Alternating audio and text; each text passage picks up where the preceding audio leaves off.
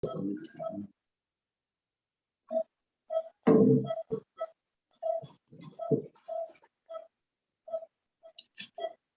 doctor Ángel. Hola, ¿qué tal? Buenas noches. Buenas noches a todos. Ya está la doctora Marcela, ya estamos ingresando todos.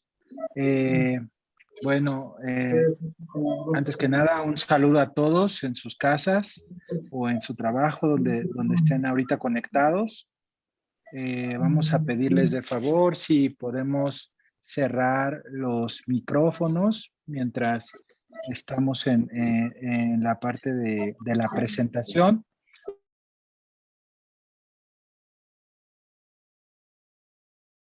Posteriormente vamos a poder mandar por mensaje de texto las preguntas o podemos abrir el micrófono. Entonces, como ya es hora, vamos a iniciar con nuestra primera sesión mensual. Tengo el gusto de presentar a la doctora Marcela Sámano, quien el día de hoy nos va a hablar sobre un tema muy interesante, la toxina botulínica en el tratamiento del dolor. Hablando un poco del currículum de la doctora Marcela, la doctora es médico cirujano, egresada por la Universidad Nacional Autónoma de México. Ella realizó la especialidad de anestesiología en el Hospital General del Estado de Sonora. Posteriormente, el curso de alta especialidad en algología y un segundo año en manejo intervencionista del dolor. La doctora actualmente participa en el comité científico de la MED y es adscrita al Servicio de Clínica del Dolor del Instituto Nacional de Cancerología. Bienvenida, Marcela, y muchas gracias por tu participación. Te cedo los micrófonos. Si quieres compartir tu pantalla, vamos a dar inicio a tu tema. Saludos.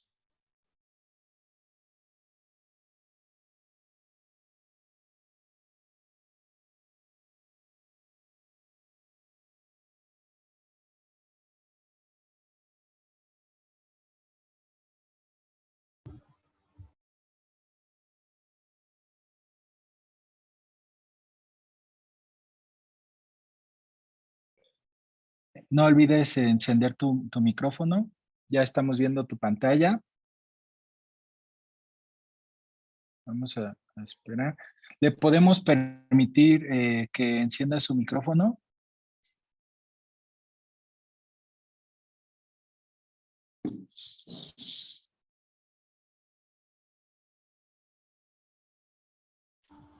Perdón, es que no me permitía quitarme el unmute del micrófono. Disculpen, buenas noches a todos. Buenas noches, doctor Ángel. Muchas gracias por la presentación. Y pues muchas gracias a toda la mesa directiva de la MED por invitarme a dar esta charla mensual. Pues como ya dijo el doctor doctor Ángel, vamos a hablar de toxina botulínica en el manejo del dolor. Creo que es un tema bastante amplio, no creo. Y pues vamos a irlo abordando poco a poco. Me da mucho gusto ver que hay gente de todos lados, entonces eso es genial porque pues también pueden enriquecer un poquito más de lo que vamos a platicar. Perdón. Primero vamos a hablar, pues la toxina botulínica es una exotoxina liberada por la bacteria anaerobia gram positivo Clostridium botulinum, la cual es una metaloproteinácea. Actualmente se conocen 8 subtipos de esta toxina botulínica. La secuencia es similar en estos serotipos entre un 34 y 97%. Las que más hayan aparecer son AE y AIB. De todas estas, las más conocidas son A, B, C, D, E, F y G. Las de uso clínico y las que utilizamos normalmente son la toxina botulínica A1 y la toxina botulínica subtipo B1. Actualmente están en el campo de estudio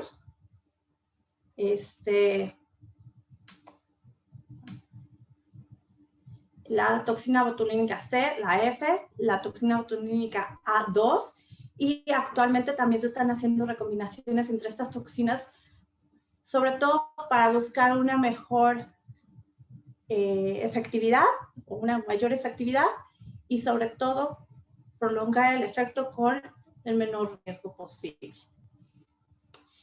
Esta toxina botulínica es una toxina botulínica que está compuesta, esta metaloproteinasa por 3 regiones principales. Es una cadena pesada que está unida por un puente disulfuro y una cadena ligera. Como tal, esta toxina del lado de la cadena pesada tiene un cinturón que va a mantener la estructura, ya que esta va a ser muy importante dentro de la unión hacia las células. Pues, ¿cómo actúa la toxina botulínica?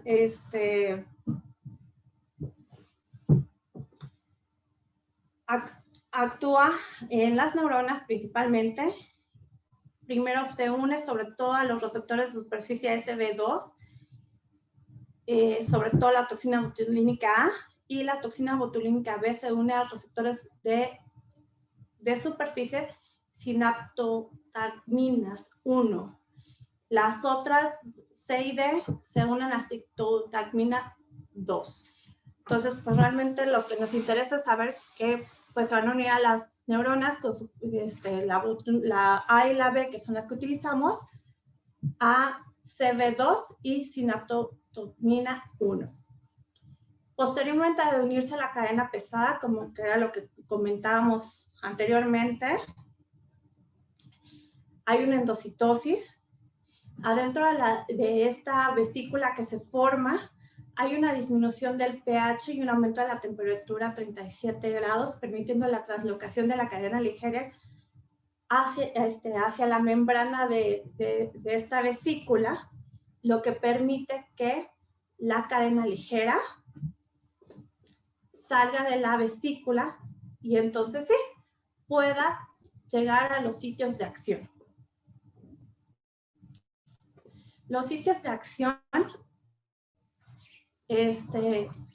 son principalmente proteínas SNARE. La toxina botulínica A se une específicamente a SNAP25 y la B a DAMP, que son Physical Associated Membrane Proteins, que esto va a hacer que sobre todo las vesículas de acetilcolina no se unan a la membrana y llegan a la hendidura sináptica, además de otras acciones que veremos más adelante.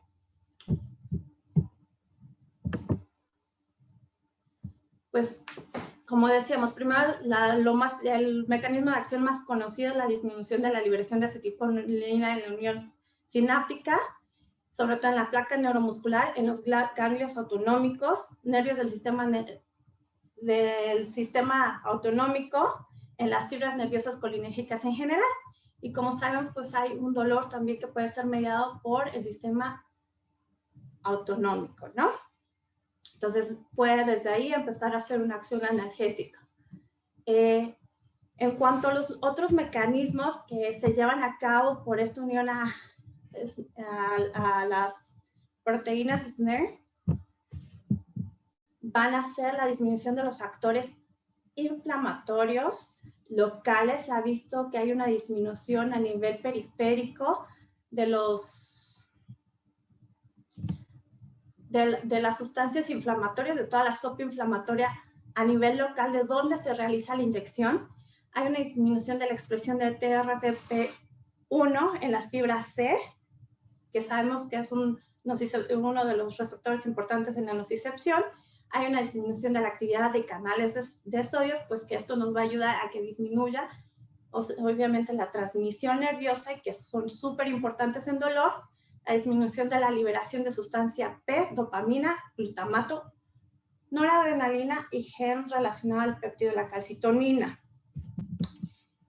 Esto se hace ya que no permite también que no se peguen las vesículas a la membrana neuronal y también de manera retrógrada, ya que hay que acordarnos que la toxina botulínica tiene una acción retrógrada también y va a disminuir la producción de estas sustancias proálgicas. Asimismo, otro de los efectos que tiene a nivel central al tener una acción retrógrada la toxina botulínica va a ser modulando a través de FOSS-like las células inmunoreactivas y, como sabemos, sobre todo en procesos de sensibilización central, la inmunoreactividad de las células puede dar a la alza o a la baja este proceso. Hay también cambios en la función de la actividad glial y, como ahora sabemos, la glía modula de manera importante al cambio de la raíz dorsal y la producción de sustancias que mantienen también la sensibilización central, inhibe en el asta dorsal o las células de amplio rango dinámico, y se ha visto también que en este nivel medular hay un efecto GABA y una disminución de glutamato y glicina, tanto en las neuronas de primero y de segundo orden. Entonces, estamos viendo más mecanismos de acción que pueden ser antiálgicos. Pues además de saber ya que tenemos estas toxinas, cómo actúan, pues ¿qué nos va a ayudar a saber no solamente que va a dar una analgesia, sino qué tanto va a durar esta analgesia?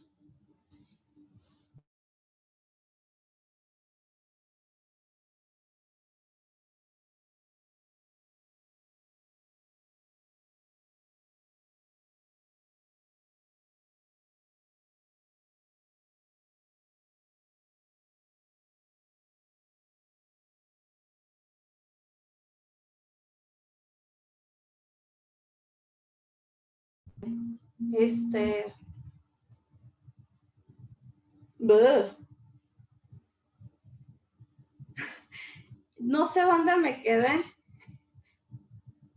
Perdón, yo seguía hablando.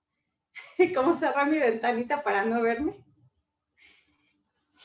Pero no sé si hasta aquí se había escuchado todo. Marce, si quieres poder hablar otra vez esa diapositiva mejor. Ah, ok. Perdón. Discúlpenme, no me di cuenta porque yo estoy metida hablando y no vi los mensajes. Muchas gracias. Qué pena. Bueno, lo que estaba comentando es que aparte de saber los mecanismos de acción es importante, pues también la duración del efecto. ¿Cómo vas a hacer que el efecto de toxina botulínica dure más? Pues sabiendo cuáles son las toxinas botulínicas. Las toxinas botulínicas que tenemos clínicamente son la A y la B principalmente. La A tiene un efecto más duradero que la B. Entonces, esa es una de las determinantes para saber cuándo queremos un efecto más prolongado. Las dosis, sobre todo cuando hablamos de grupos musculares, se ha visto que la dosis sí influye en la duración. El modo de administración. ¿A qué se refiere esto? Que los diluyentes que pongamos, las condiciones de cómo preservamos la toxina botulínica antes de ponerla, si la tenemos en condiciones, si la guardamos durante algún tiempo antes de reaplicar. Y también la técnica, ¿no? Si se hizo guiado por imagen, si se hizo a ciegas, sobre todo cuando hablamos de tejidos profundos como músculo. La edad y el género también son importantes. Los pacientes hombres tienden a que dure un poco menos el efecto de toxina botulínica que las mujeres. Y los pacientes adulto mayor normalmente tienen una mayor duración. El tipo de terminal nerviosa también es importante, ya el efecto. ¿Por qué? porque vemos que el efecto motor dura 3 veces menos que las fibras autonómicas colinérgicas y entre 1 a 2 veces más que las fibras motoras duran las fibras nociceptivas. Entonces, el proceso motor es lo primero que vamos a perder, pero lo analgésico y lo autonómico que estamos buscando en los pacientes puede durar un poquito más que este efecto motor. Que eso es importante sobre todo por la complicación que puede haber por la pérdida de fuerza cuando lo estamos buscando específicamente para el dolor.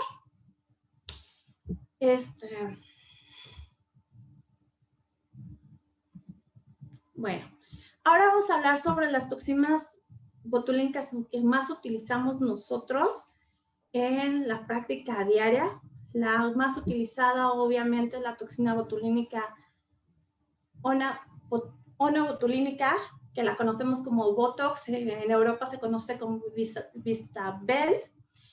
Esta fue aprobada en 1989, se debe de conservar en una temperatura de 2 a 8 grados. El peso total es de 900 kilodaltons. Cabe mencionar que como tal la toxina botulínica pesa 150 kilodaltons. Esto es porque para preservarla se le pone una capa de proteínas que la hace más pesada. La potencia de esto, así como tenemos aquí analgesias en los opioides, tenemos equivalencias en las toxinas botulínicas. Quienes vamos a tomar como gold standard es la onobotulínica, que es la potencia de 1. Las presentaciones que existen son de 100, 200 y 50 unidades, que eso es importante, sobre todo cuando lo estamos aplicando.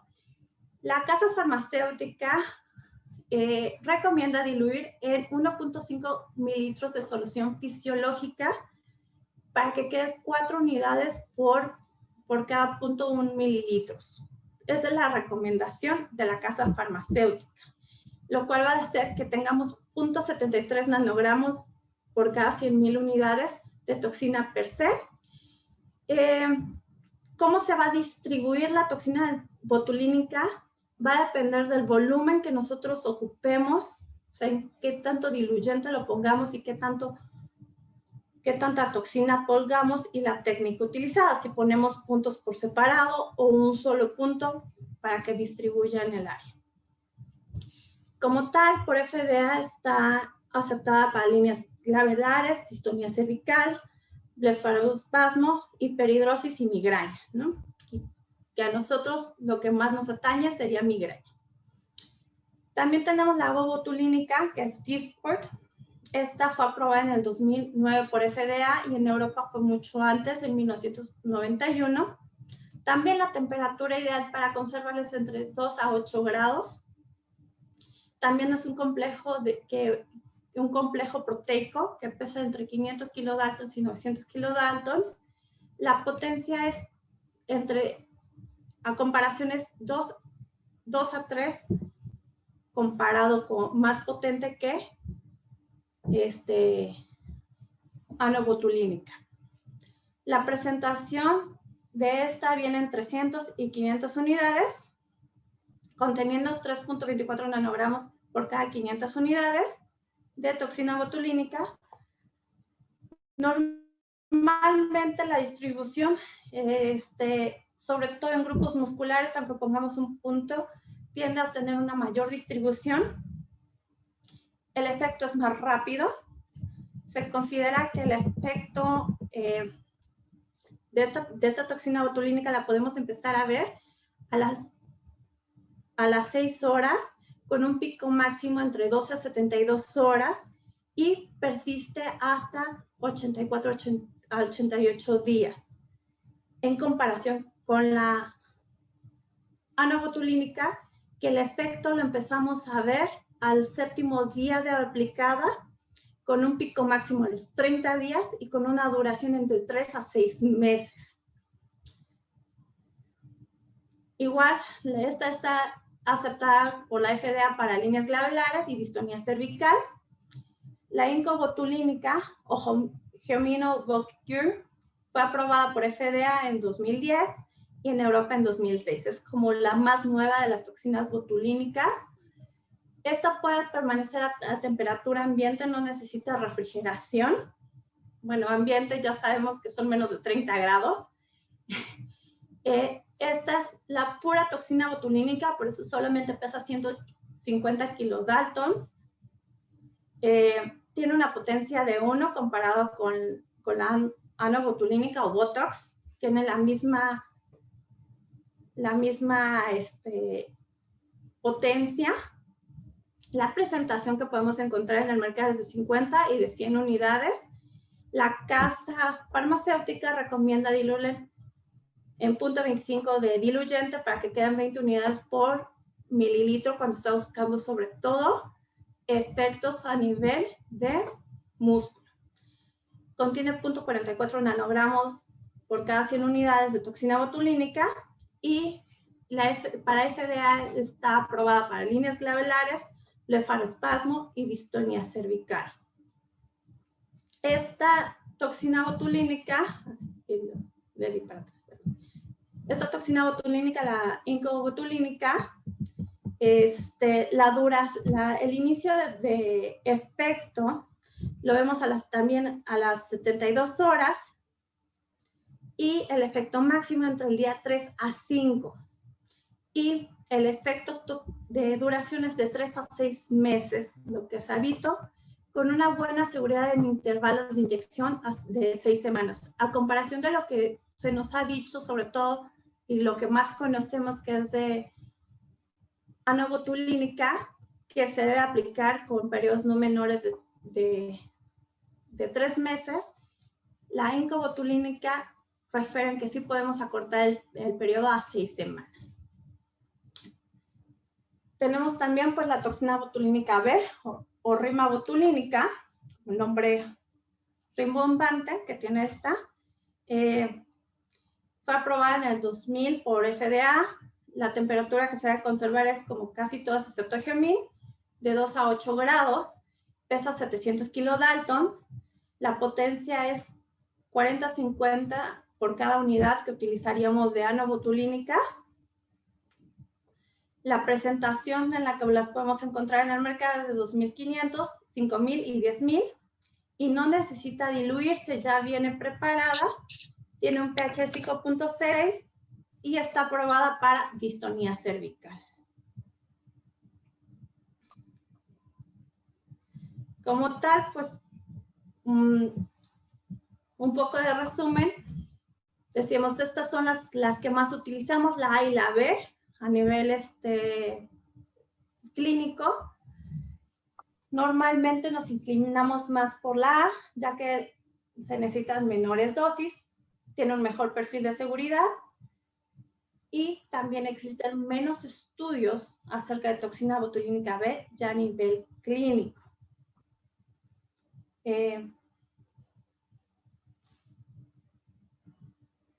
Las complicaciones más comunes, de hecho, es importante recalcar, si nosotros empezamos a leer literatura para estética, es diferente de lo que podemos encontrar de complicaciones para aplicación terapéutica, tanto en paciente neurológico como para dolor. En paciente para dolor, las complicaciones más comunes son la disminución de la fuerza, sangrado en el sitio de punción, dolor en el sitio de punción. Y pues lo bueno de todas estas es que es reversible. Si nosotros leemos, como les decía, para estético, cuando aplicamos en cara podemos ver cuadros gripales, cefalea y dolor de espalda. Entonces, pues hay que tomarlo en cuenta que sí pueden aparecer. Entre el 3 al 5% de nuestros pacientes pueden presentar alguno de estos efectos adversos o complicaciones. Y pues también tomar en cuenta que puede haber anafilaxia, ya que es un biológico. Parte de esto, recordar que pues son bastante seguras, ya que nosotros necesitaríamos inyectar 39 unidades por kilo dosis para lograr la dosis letal. Entonces son dosis muy altas que difícilmente vamos a llegar cuando lo estamos aplicando de manera terapéutica. Ya entrando en lo bueno, que serían dónde lo vamos a usar o qué es lo que hasta ahorita se ha estudiado. Vamos a ir primero con los dolores de origen oncológico, posteriormente con el dolor crónico no oncológico, para poder dividir un poco. Para dolor de origen oncológico todavía no hay una evidencia clara, pero se ha utilizado en diferentes modelos de dolor, como por compresión tumoral, dolor post-tratamientos, dolor por espasmos musculares, dolor neuropático, que tanto en dolor crónico oncológico como no oncológico es donde más estudios hay. Se ha utilizado también para el dolor por contractura muscular secundaria vincristina y en dolor visceral pélvico, que también se utiliza tanto para dolor oncológico como no oncológico. Entonces esto es importante también tenerlo en cuenta.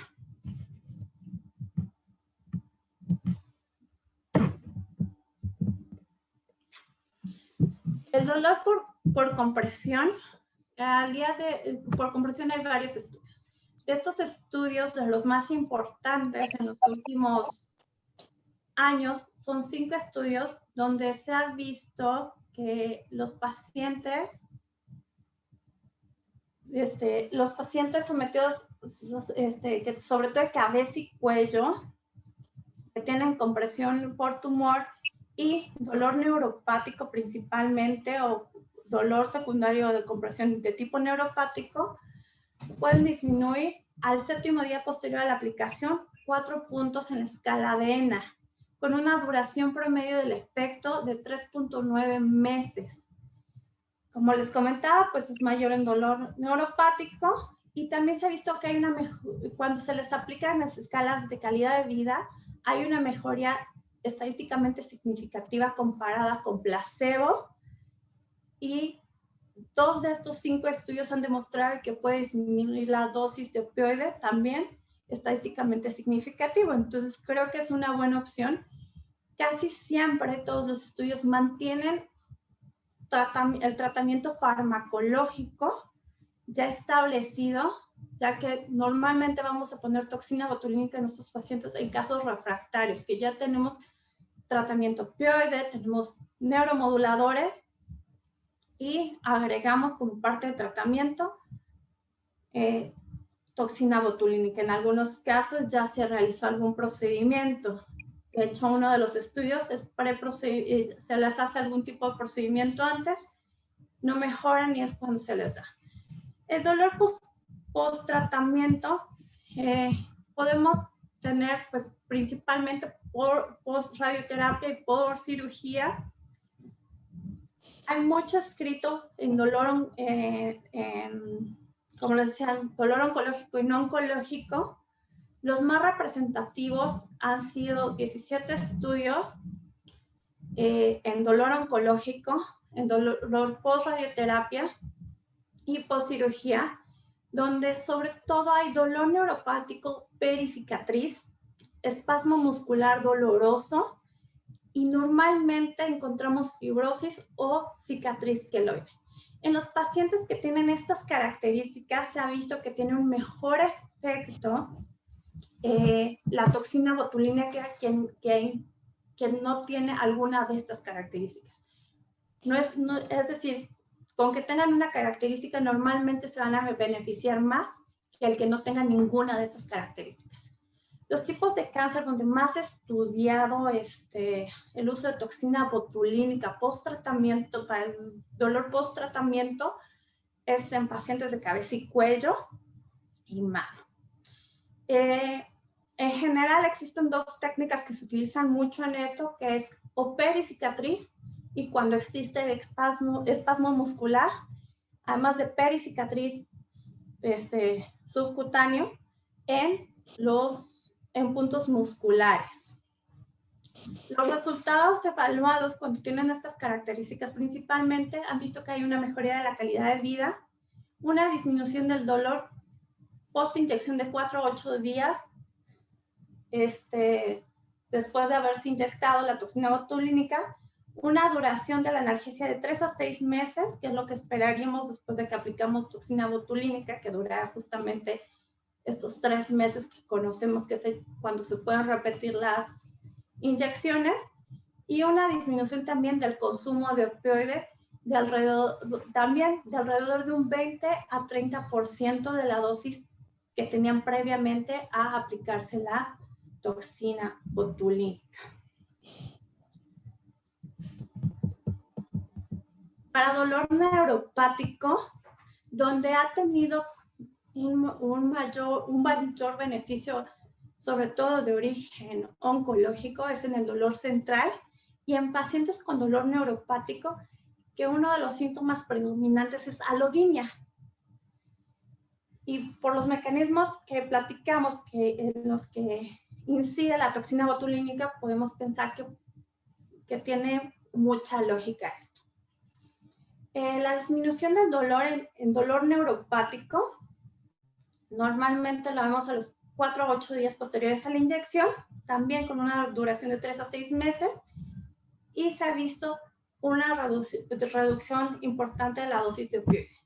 De hecho, existe un reporte de caso que tiene un seguimiento de 7 meses.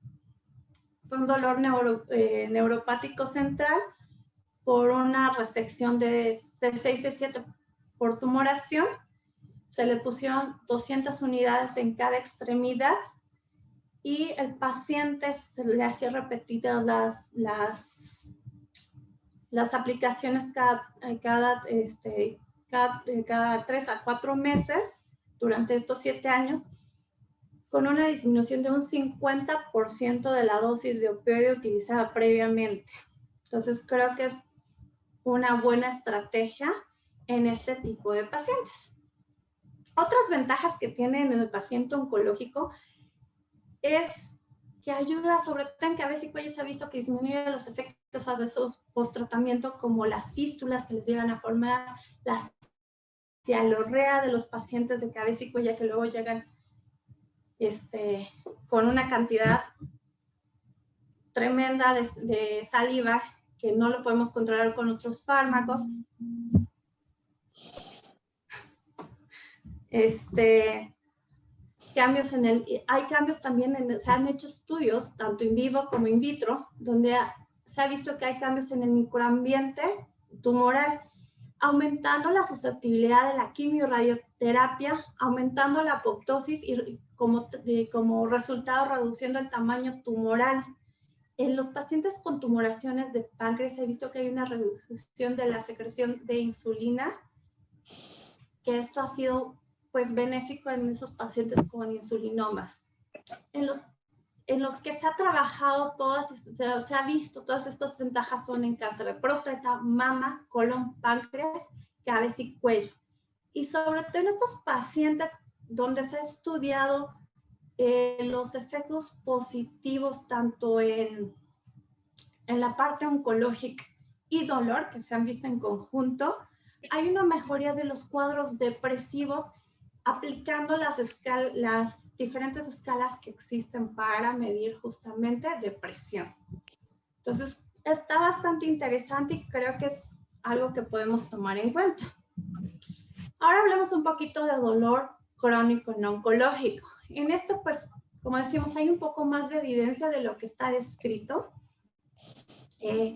Ya hay más estudios, es más robusta la literatura al respecto y pues con evidencia en la literatura encontramos, como sabemos, la distonía cervical, espasticidad, el uso en migraña crónica, espasmo hemifacial. Ya existe suficiente evidencia para recomendar neuralgia postherpética, neuralgia del trigémino y neuralgia postraumática, que creo que eso es importante, ya que empezamos a manejarlo en más modelos de dolor neuropático con una buena evidencia, como una evidencia B en neuropatía diabética, fascitis plantar, síndrome piramidal, epicondilitis lateral crónica, síndrome de dolor pélvico masculino. Aquí se diferencia en hombres y mujeres, existe diferencia en la en el nivel de evidencia por los resultados. Han sido más contundentes y más homogéneos, ligeramente más homogéneos que en mujeres. En lumbalgia crónica, dolor neuropático secundario a trauma medular.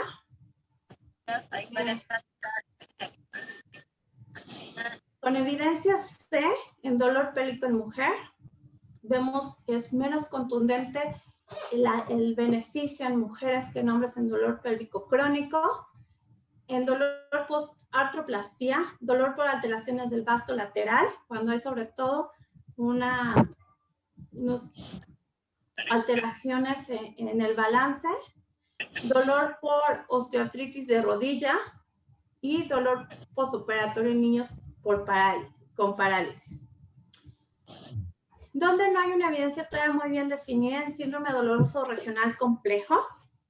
Entonces, creo que esto es donde no hay tanta evidencia, podemos discutir un poco más qué es lo que se ha descrito hasta el día de hoy y pues dónde vamos y creo que de ahí partir para ver qué es lo que nosotros podemos hacer como algólogos.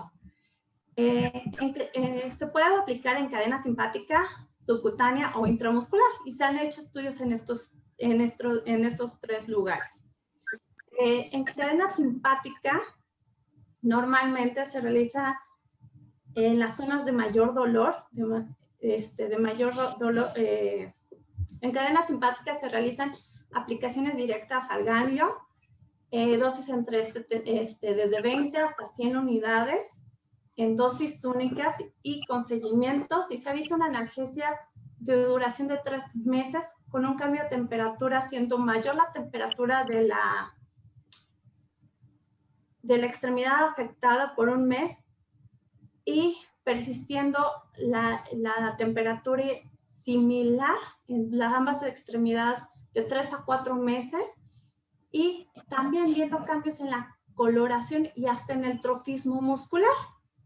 En la aplicación subcutánea se ponen en las áreas de mayor dolor. También se ha utilizado, se hace como en otros tipos de dolores neuropáticos, normalmente se hace se cuadricula y se va inyectando la toxina botulínica. También se utilizan dosis de 75 hasta 200 unidades, dependiendo las áreas afectadas. Y se ha visto una disminución del dolor en cuanto a lenas, en una escala de 0 al 10, de 2 puntos. Y aquí la duración es de 6 meses, pero sí es menor la disminución en cuanto a la escala de ENA. En cuanto al intramuscular, se utilizan de 10 a 20 unidades por músculo, con un total de 10 unidades de la extremidad. Sobre todo se ha utilizado en miembro torácico con buenos resultados. En miembro pélvico, el síndrome regional complejo, cuando es intramuscular, no ha demostrado una efectividad igual o mayor que la de cadena simpática. Entonces creo que eso es importante y es bastante interesante ver la diferencia dependiendo qué técnica utilizamos. En dolor, a mí me llamó la atención y por eso lo puso, dolor por hemorroidectomía, es para dolor agudo. Existen 4 estudios donde se ha utilizado en dolor agudo, porque hablamos para dolor post-tratamiento. Este es dolor agudo, no dolor crónico. Y se utiliza como preventivo.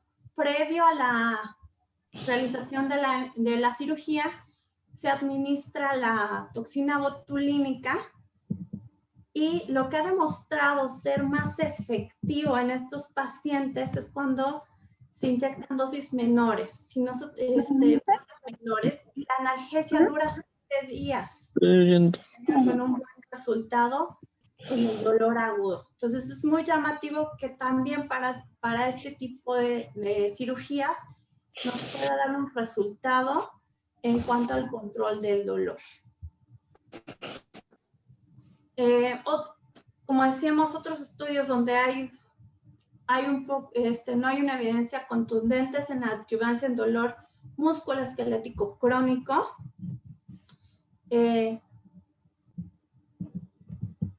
existen 6 estudios aleatorizados, controlados, y hasta el día de hoy, como son muy variados los grupos musculares que se intervienen, las técnicas de inyección, unas son a ciegas, otros son con electromiografía, otros bajo ultrasonido, no existe como una homogeneidad en los estudios. Los resultados han sido muy variables y no han sido contundentes. Y también las dosis. Existen estudios desde 20 unidades hasta 600 unidades de toxina botulínica A. Entonces, es una heterogeneidad que no nos permite dar una evidencia clara de si es útil o no en los grupos musculoesqueléticos y también cuántos músculos estamos nosotros queriendo abordar. Esto mismo pasa con el síndrome miofacial. Las áreas y los síntomas que predominan dan lugar a que los resultados sean también heterogéneos, donde se ha visto que tiene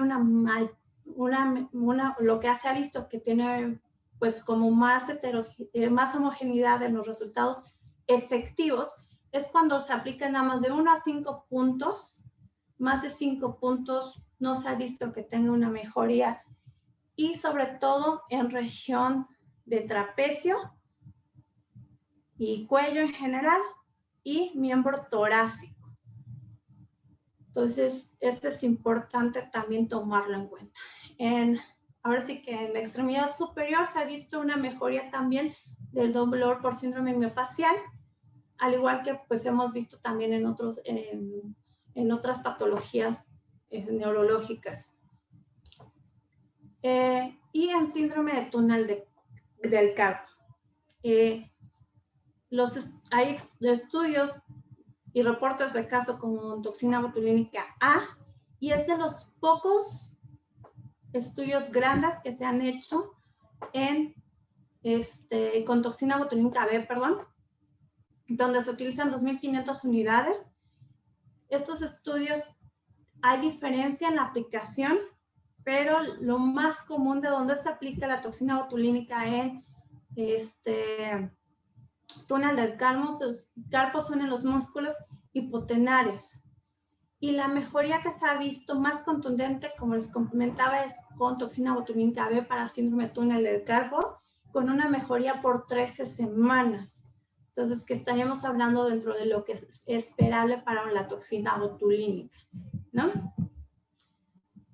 Y pues, en el tiempo, creo que sí me tardé un poco más de lo que debía, disculpen, pero pues es un tema muy amplio, hay mucho que hablar y podríamos hablar de las técnicas que se aplican en cada uno de ellos, pero creo que es importante ver que se puede utilizar en varios modelos de dolor oncológico y no oncológico.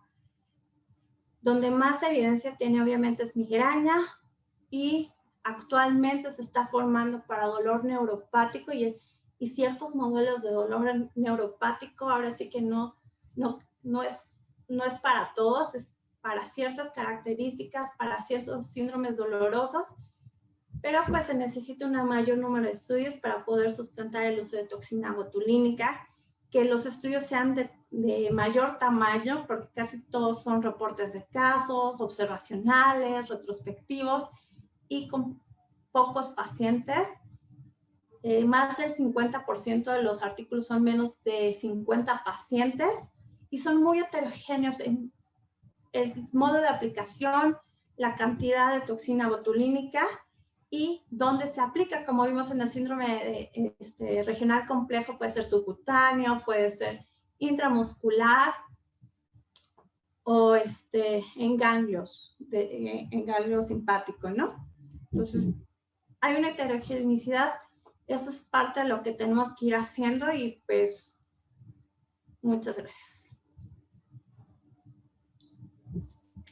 Muchas gracias, doctora Marcela Sámano, por su extensa revisión y la información tan actualizada que nos proporcionó. También queremos agradecer a todos los participantes. Tenemos 142 participantes en este momento. de varias partes de México, incluso del extranjero. Vamos a iniciar con la parte de preguntas. Mandaron ya aquí sus datos para el registro, pero vamos primero a la parte de preguntas. Tenemos aquí una pregunta del doctor Washington Castillo, quien se conecta desde Ecuador, y pregunta sobre la experiencia de toxina en el manejo del dolor en neuropatía postherpética en la rama oftálmica del trigémino. No, yo sí, no sé qué es lo que pregunta exactamente, pero quiere saber cómo la técnica que se utiliza, cómo le ha ido a los pacientes, o sea, rama oftálmica específicamente. Sí, menciona así, experiencia de toxina en el manejo del dolor en neuropatía postherpética. Recordando que en tu diapositiva venía nivel de evidencia A para neuralgia postherpética, ¿verdad? Y también para neuralgia del trigémino.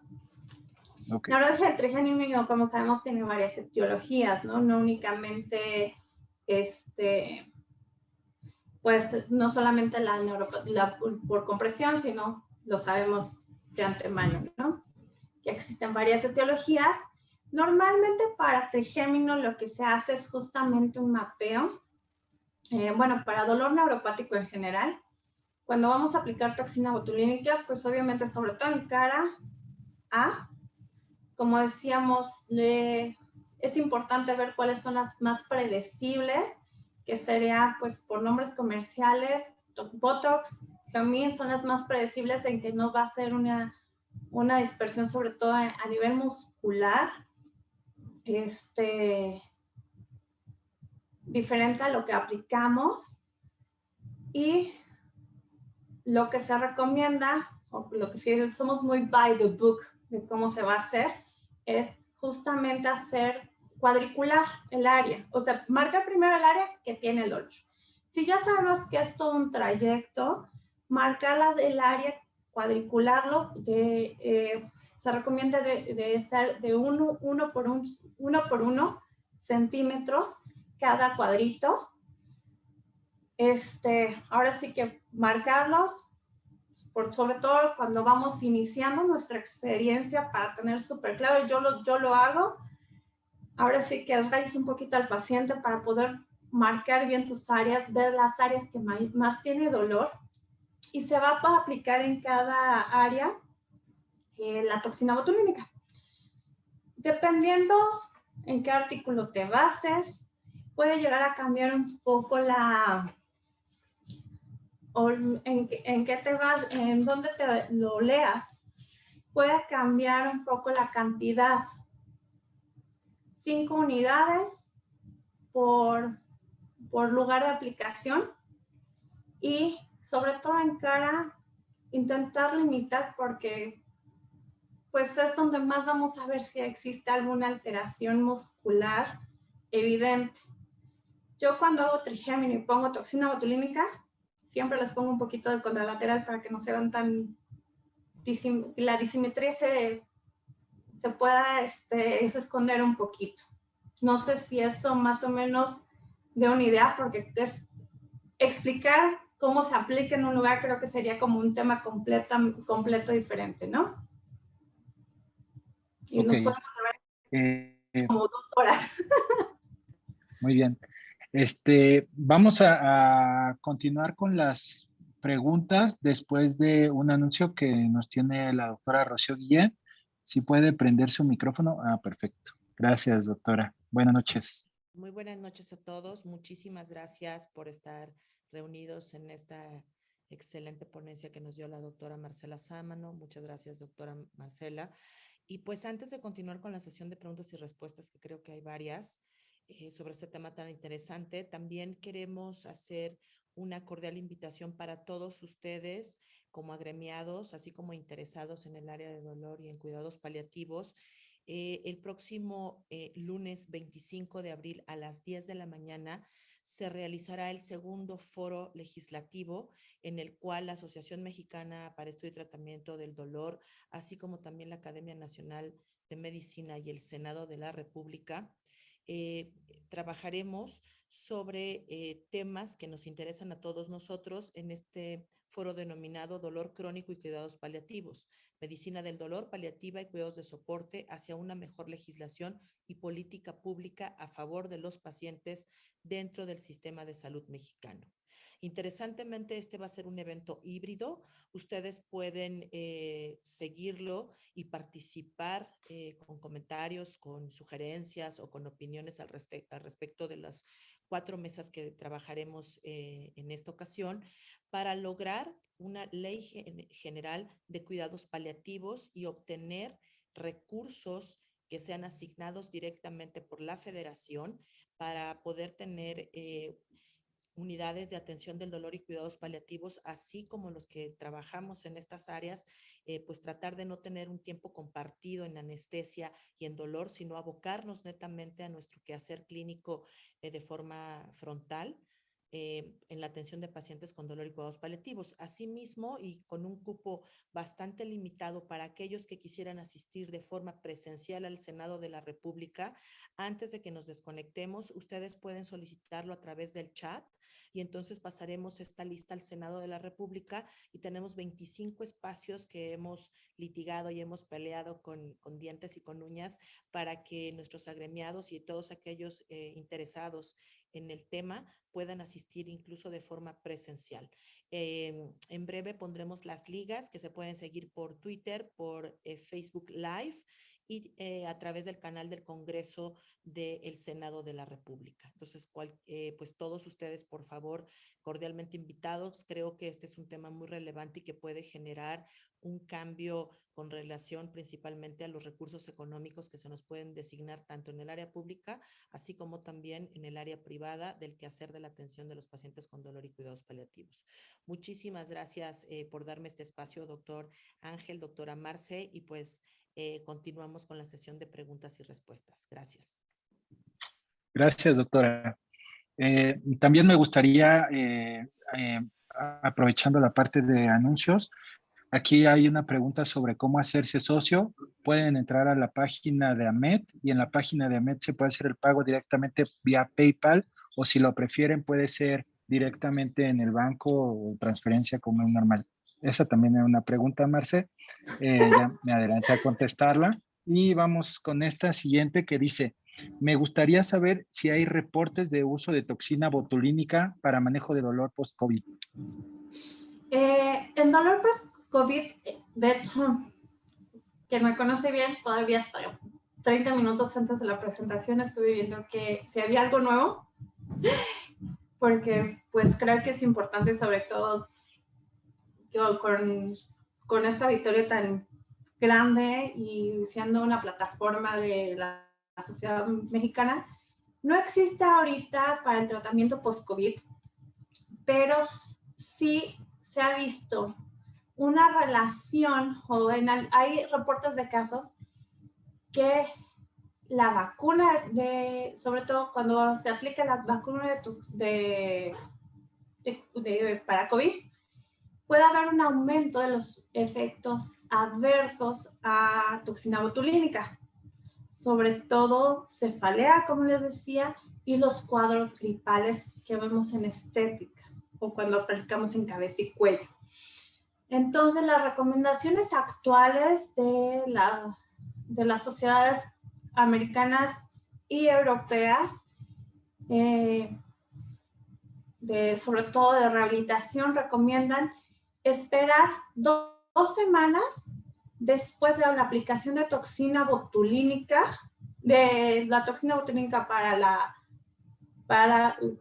vacuna o viceversa, y también en pacientes que han tenido COVID, esperar desde la resolución que decimos ya está resuelto el cuadro agudo de COVID, por lo menos con los pacientes que ya se les estaba aplicando para mantener el efecto terapéutico, por lo menos esperar 2 semanas también para reiniciar la aplicación. Sé que esa no fue la pregunta, pero creo que es algo muy interesante y sobre todo porque pues ya es nuestro pan de cada día el COVID, ¿no? Y y que va a ser parte ya es parte de nuestro trabajo diario, ver pacientes que han tenido COVID, pero pues ya tenían con un dolor, o que empiezan con un nuevo dolor y que podemos ofrecerles toxina botulínica. Ok. Siguiente pregunta. El doctor Nelson Roque pregunta si se puede aplicar intraneural. Creo que ninguna sustancia hasta ahorita es recomendable hacerla intraneural. De hecho, específicamente toxina botulínica, se ha visto que la acción no es únicamente en el lugar, sino a distancia en células que tengan receptores a toxina botulínica, puede haber algún efecto, aunque no sea un efecto fuerte, sobre todo en la parte motora, sobre todo en la parte de autonómica y anticolinérgica no motora. Entonces, no se recomienda intraneural como cualquier otra sustancia, ¿no? Ok. Siguiente pregunta. La doctora Alicia Casian pregunta si se puede diluir con lidocaína. Bueno, la lidocaína, si tú te vas a lo que dicen las casas farmacéuticas, así como muchos productos, es no diluirlo con ningún anestésico local, ¿no? Esas, si queremos preservar realmente, queremos preservar completamente la toxina botulínica. Lo que se ha recomendado para poder dar un poco de analgesia es usar solución fisiológica con preservativo tipo alcohol para poder ver un poco de la predicción de la parte motora y sin perder las características de la toxina botulínica, ya que en los estudios fase 2, sobre todo para toxina para Botox, se vio que sí había una desnaturalización de la toxina, entonces por eso no se recomienda y el efecto puede ser no el que nosotros esperaríamos, puede ser menor. Pero sí en la práctica clínica, de hecho, los rehabilitadores, la Asociación de Rehabilitación de Estados Unidos tiene esta controversia de usar o no anestésico local, en específico lidocaína, como para predecir sobre todo el efecto motor que vamos a tener, qué tanto vamos a perder la parte motora o qué tanto vamos a beneficiarnos. Sobre todo ellos ven el beneficio de la parte motora, ¿no? Pero no sé, como tal, la casa farmacéutica no la recomienda. De acuerdo. Bueno, hay felicitaciones, agradecimientos por la charla. Y también pregunta el doctor Jorge García, ¿qué opinas de la aplicación de toxina botulínica en actividades de ganglio de la raíz dorsal? ¿En ganglio de la raíz dorsal? Sí, DRG. ¿Para algún tipo de dolor en específico? No, de hecho dice, ¿qué opinas de la aplicación de toxina botulínica en DRG? Entonces yo creo que es el root ganglion. Sí. De que se aplique ahí en ese sitio. Realmente no es, lo que dice la literatura ahorita es que no es tan necesario para obtener el efecto que nosotros buscamos, pero si nos vamos a la parte justamente que comentábamos en síndrome regional complejo, que es donde más se ha aplicado en cadena simpática a nivel ya perineural per se, es donde principalmente se ha hecho, y en dolor postoperatorio crónico, los resultados han sido más homogéneos en qué tanto mejora el paciente y en el tiempo de duración y efectividad del mismo. Entonces, en mi opinión, yo creo que debería ser algo que se estudie un poco más. Hay pocos estudios hasta el día de hoy, o que yo he encontrado, porque también no me he echado toda la literatura, hay más de 12,000 artículos que se relacionan con toxina botulínica, pero a mi parecer y en mi experiencia, que tampoco podría decir que es aceptable, según yo, les va bien. En lumbalgia, yo lo utilizo como parte de mi tratamiento. Ahora sí que en mi paquete, el paquete Planky yo lo modifiqué un poco y le pongo toxina botulínica en ganglio de la raíz dorsal. Y me ha ido bien, tengo pacientes que las ha ido bastante bien con eso, mejoran y de manera importante. Entonces creo que es para mí esa ha sido una buena práctica, ¿no? En parte personal, ya fuera de lo escrito de la literatura. Muy bien. Otra pregunta del doctor Rubén Trejo. ¿Qué opinas del uso de toxina botulínica en pacientes con meralgia postquirúrgica? Meralgia, pues es un dolor neuropático. De hecho, ya leyendo todo lo que hay de justamente, como comentaba, de dolor neuropático, creo que puede ser útil, sobre todo porque tiene estos componentes de que es compresión, normalmente puede haber también la parte muscular y el dolor neuropático. Entonces van a ser pacientes que se pueden beneficiar justamente de este tipo de tratamiento, ¿no? Ok. Tenemos otra pregunta. El doctor Ramón Delil pregunta si es útil en puntos gatillo de síndromes miofaciales. Como comentaba, de hecho, es muy interesante esta parte. En miembro torácico también pues lo vemos en la parte terapéutica de la parte de distonía. Para miembros superiores muy útil la toxina botulínica por alguna razón. En miembro inferior también, tanto para distonía como para puntos miofaciales, no se ha visto esta misma efectividad, ¿no? Y como decimos, sobre todo cuando son 1 a 5 puntos, es muy homogénea los resultados que se tienen y en ese sí se recomienda. O sea, que sean grupos musculares pequeños a los que sean los afectados. Que no queramos ahora sí abarcar un grupo muscular grande, porque en esos no se ha visto que hay una mejoría como tal, ni un seguimiento. Entonces sí puede ser útil y pues como sabemos, desde el simple hecho de la punción ya es un tratamiento, entonces ahí también hay un sesgo que se ha visto, ¿no? De que tanto es el simple hecho de que ya la puncionamos el músculo y qué tanto es la toxina. Lo que nos hace pensar que es la toxina botulínica es justamente el tiempo de duración, que es más prolongado. Y sobre todo, como les comentaba, miembro torácico superior, trapecio, que no sería como tal miembro torácico superior. En eso se ha visto mayor mejoría y cuando se usan sobre todo menos de 5 sitios de punción. Tenemos la última pregunta que realiza la doctora Carolina Hernández. Dice, ¿cómo se aplica en dolor pélvico? Bueno, el dolor pélvico, perdón por reírme, pero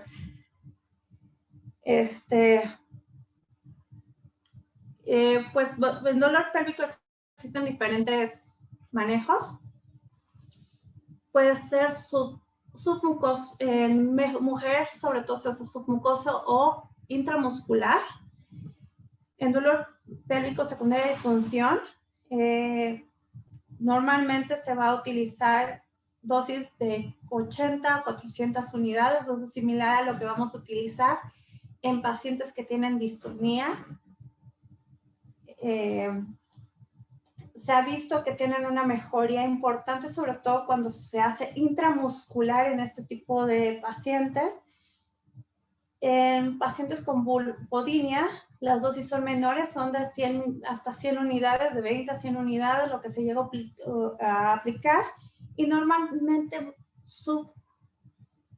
submucoso, en la región del dolor es donde se llega a poner la toxina botulínica y es lo que se ve mayor efecto. En hombres también se puede hacer en dolor crónico pélvico, decimos que también se utiliza en hombres y normalmente va a ser intramuscular y puede ser también submucoso o subcutáneo. En cistitis que también en cistitis en hombres, la Asociación Europea recomienda también en el detrusor, entonces se hace por vía de cistoscopía. Y la aplicación ahí son de 25 a 50 unidades en este último caso. Y en los demás casos es muy similar a la de la mujer, entre 80 a 100 unidades cuando son músculos y cuando es subcutáneo, entre 20 y 100 unidades. Bueno, hasta aquí ya terminamos con todas las preguntas. Nuevamente agradecer a la doctora Marcela Sámano por su presentación y agradecerles nuevamente a todos ustedes por su participación. Esperemos que haya sido de su agrado, que les haya aportado información importante que puedan utilizar en su práctica diaria y esperemos estarnos conectando en las siguientes sesiones. Se les va a estar haciendo publicidad en la parte de Facebook, en las redes sociales, para que estén pendientes de las siguientes sesiones. Y también no olviden la parte del Senado, lo que se va a realizar este lunes, para que también estén pendientes de eso. Muchas gracias, Marce, y muchas gracias a todos. Muchas gracias a todos y muchas gracias por su atención, por sus preguntas y por su interés. Es muy gratificante y gracias a la MED nuevamente por la invitación. Que estén muy bien todos. Bonita noche. Bonita noche. Saludos.